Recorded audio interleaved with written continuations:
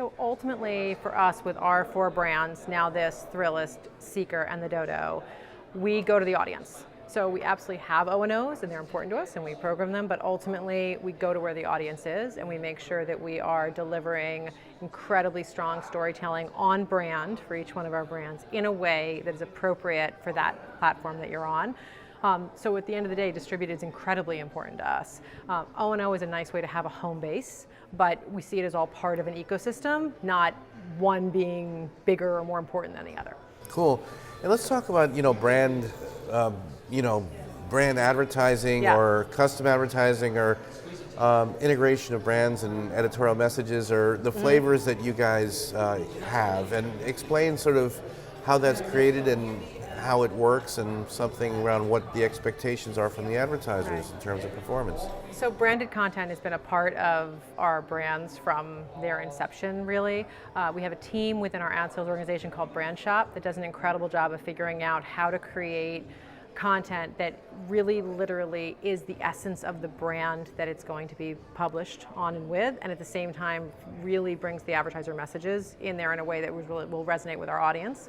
They can use both their creativity but also the insights that we have, the platform that's going on, to really make sure that they're making great content that will truly engage the audience. I think it's a point that we see as us really having a point of distinction in the marketplace in terms of being able to do that.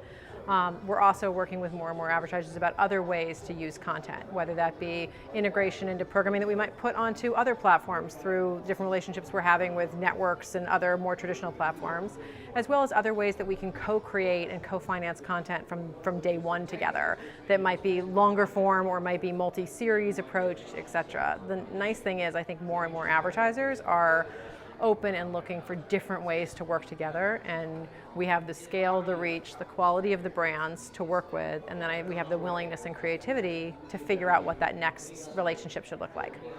So I know there's a million different KPIs and there's a million different expectations, but if you could sort of summarize or sort of what some key performance KPIs are that advertisers expect from you guys. So I think advertisers expect scale from us. We have a large scale, so they want that. At the same time, engagement is what more and more they want from us, and they should want from us, because at the end of the day, the scale is as good as the quality of that relationship with the audience, and the engagement metrics really show you that.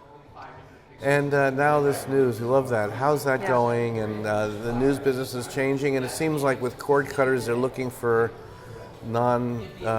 distributed OTT news sources. Tell us how that's going. Ultimately, now this is doing great, and truthfully has really tapped into a way of telling news that resonates with the audience.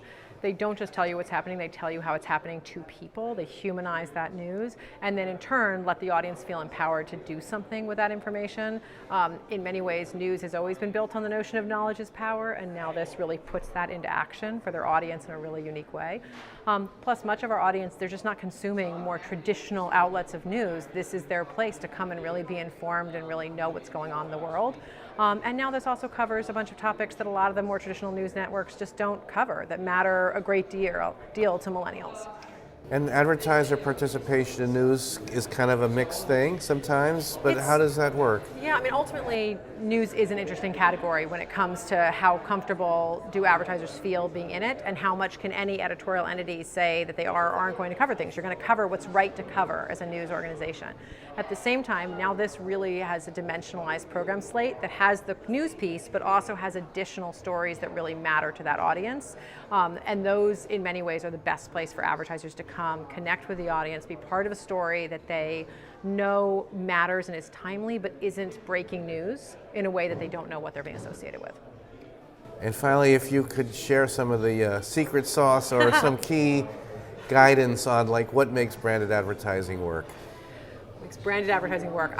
Really paying attention to what brand it's going to be produced by, and then also what is it that makes those two brands go together. I think at the end of the day, people can get caught too much in the idea of, okay, we'll just mash these two things together and the reach is going to be enormous and it'll be great, and at the same time, at the end of the day, it all comes back to the quality of the content. And is that content going to connect with that audience? Because if it does, then that messaging will resonate, and if it doesn't, then it doesn't matter.